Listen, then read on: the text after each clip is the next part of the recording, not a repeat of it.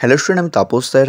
আজকে এই ভিডিওতে তোমাদের ফোর্থ সেমিস্টারে হিস্ট্রি অনার্সের CC9 যে পেপারটি আছে, তো সেই CC9 পেপারটির part 3 short question with answer নিয়ে চলে এসেছি। তাই বলছো এখনও চ্যানেলটিকে সাবস্ক্রাইব করোনি, অবশ্যই চ্যানেলটিকে সাবস্ক্রাইব করে রেখো এরকম ভিডিও সবার আগে পাওয়ার জন্য। আর তোমাদের পার্ট 1 পার্ট 2 তোমরা দিয়ে দিই তোমাদেরকে আমি, তার লিঙ্ক এই ভিডিওর ডেসক্রিপশন বক্সে আমি দিয়ে দেবো তোমাদেরকে, তোমরা পারলে দেখে নিও। আর পার্ট 1 তোমাদের কিন্তু বিগত যে 3 বছরের ছোটো প্রশ্ন আমাদের এসেছিলো শিওর, তার উত্তর সলভ করে দেওয়া আছে। তো দেখো তোমাদের পার্ট 3-র প্রথম প্রশ্ন, কালান্দার নামে কে পরিচিত? বাবর। খানোয়ার যুদ্ধ কবে কাদের মধ্যে? খুবই ইম্পর্টেন্ট, পরীক্ষা খুব দেয় প্রশ্নটি। 1527 খ্রিস্টাব্দে বাবরের সঙ্গে রানা সংগ্রাম সিংয়ের। নেক্সট, চান্দেরির যুদ্ধ কবে হয়? 1528 খ্রিস্টাব্দে।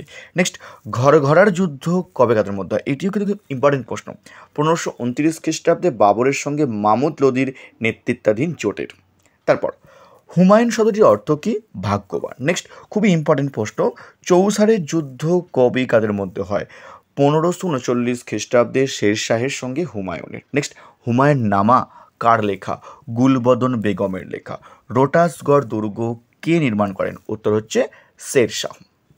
তারপর শেরশাহের একটি স্থাপত্য কীর্তির নাম লেখো। সাসারামের সমাধি। নেক্সট, শেরশাহ প্রবর্তিত রূপার মুদ্রার নাম কি? রূপী। নেক্সট, পদ্মাবতী কাব্যটি কে রচনা করেছিলেন? মালিক মোহাম্মদ জায়সি, তিনি কিন্তু এই পদ্মাবতী কাব্যটি রচনা করেছিলেন। তারপর বিক্রমজিৎ উপাধি কে গ্রহণ করেন? হিমু। হিমু কে ছিলেন? মোহাম্মদ আদিল শাহের প্রধানমন্ত্রী ও সেনাপতি ছিলেন এই হিমু।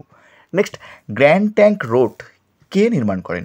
শেরশাহ এই গ্র্যান্ড ট্যাঙ্ক রোড নির্মাণ করেন। নেক্সট, সিকদার ই সিকদারান কি? শেরশাহের সামরিক বাহিনীর প্রধানকে বলা হয় সিকদার ই সিকদারান। পরের প্রশ্ন উত্তর বলো তোমাকে, এখনও চ্যানেলটিকে সাবস্ক্রাইব করোনি, অবশ্যই চ্যানেলটিকে সাবস্ক্রাইব করে রেখো এরকম ভিডিও সবার আগে পাওয়ার জন্য। যদি কেউ হিস্ট্রি অনার্স বা পাস অনলাইন বা অফলাইন ক্লাস করতে চাও, তো ভিডিওর স্ক্রিনে আমার ফোন নাম্বার দেওয়া আছে, এমনকি ডেসক্রিপশন বক্সেও ফোন নাম্বার দেওয়া আছে, তোমরা চাইলে ক্লাস করতে পারো। আমি তোমাদের শিয়ালদার যে সৈন্যনাথ কলেজ এবং বেহালার সাইডে যে শোষণা কলেজ, তার কাছেই পড়ে থাকি। এমনকি তোমরা চাইলে তোমরা কিন্তু অনলাইন ক্লাসও করতে পারো, এমনকি তোমরা চাইলে তোমরা 2টি ডেমো ক্লাসও তোমরা করতে পারো।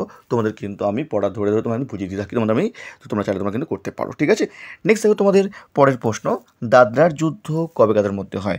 1532 খ্রিস্টাব্দে হুমায়ুনের সঙ্গে মামুদ লোদির। তুজুকি বাবরি কোন ভাষায় রচিত? তুর্কি ভাষায়। বৈরম খাঁ কে ছিলেন?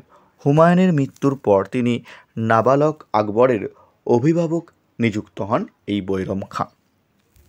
তারপর আকবরের সভায় শ্রেষ্ঠ গায়ক কে ছিলেন? মিয়া তানসেন। নেক্সট, চাঁদ সুলতানা কে ছিলেন? খুবই ইম্পর্টেন্ট প্রশ্ন। আহমদনগর রাজ্যের রানী ছিলেন। মনসবদারি প্রথা কে কবে চালু করেন? খুবই ইম্পর্টেন্ট, এবছর তোমাদের পরীক্ষা কিন্তু এটি আসার সময় কিন্তু অত্যন্ত প্রবল। মনসব কত অর্থ হচ্ছে পদমর্যাদা। আকবর 1572 সালে কিন্তু এটি চালু করেন। তারপর আকবরের আমলে নির্মিত একটি স্থাপত্য কীর্তির নাম লেখো। বুলন্দ দরওয়াজা। নেক্সট, আকবরের বিচার বিভাগের সর্বোচ্চ কর্মচারী কে ছিলেন? কাজী। নেক্সট, ইমাম ই আলিদ কার উপাধি? আকবরের। তারপর দ্বিতীয় আফগান সাম্রাজ্যের অবসান ঘটায় কে? হুমায়ুন। দেওয়ানি খাস কি? সম্রাট আকবরের সন্ধ্যাবেলায় অনুষ্ঠিত যে দরবার, তাকে বলা হয় দেওয়ানি খাস। বাবর সর্বপ্রথম কত খ্রিস্টাব্দে ভারত আক্রমণ করেন? 1519 খ্রিস্টাব্দে। কেমন? নেক্সট দেখো, বাবরের পিতার নাম কি? ওমর শেখ মির্জা। দিওয়ান গ্রন্থটি কে রচনা করেন? বাবর।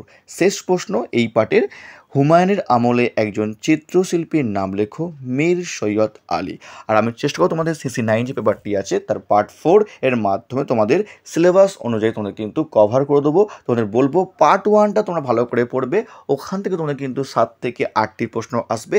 তারপর তোমাদের সাপোর্টিং কিন্তু এই যে প্রশ্নগুলো আছে তার মধ্যে তোমরা কিন্তু 5 থেকে 6টি তোমরা কমন পাবে, অর্থাৎ তোমরা কিন্তু সব করতে পারলে ম্যাক্সিমাম তোমরা কিন্তু 13 থেকে 14টি প্রশ্ন তোমরা কিন্তু কমন পাবে, ঠিক আছে? কি বললাম? তো এই ছিল তোমাদের CC9-এর শর্ট কোশ্চেনের পার্ট 3 সাজেশান। খুব তাড়াতাড়ি তোমাদের part 4 short question with answer নিয়ে চলে আসবো, যেখানে আমি তোমাদের CC9 যে পেপারটি তোমাদের শেষ করে দিয়ে এবার তোমাদের কিন্তু CC8 যে পেপারটি তোমাদের আছে সেটি এবারে যে পার্ট 2 পার্ট 3 করে তোমাদের কিন্তু শর্ট কোশ্চেন আমি দিতে থাকবো। তো আজকের মতো এটুকুই, খুব তাড়াতাড়ি তোমাদের জন্য নতুন কোনো ভিডিও নিয়ে আবারও আসবো।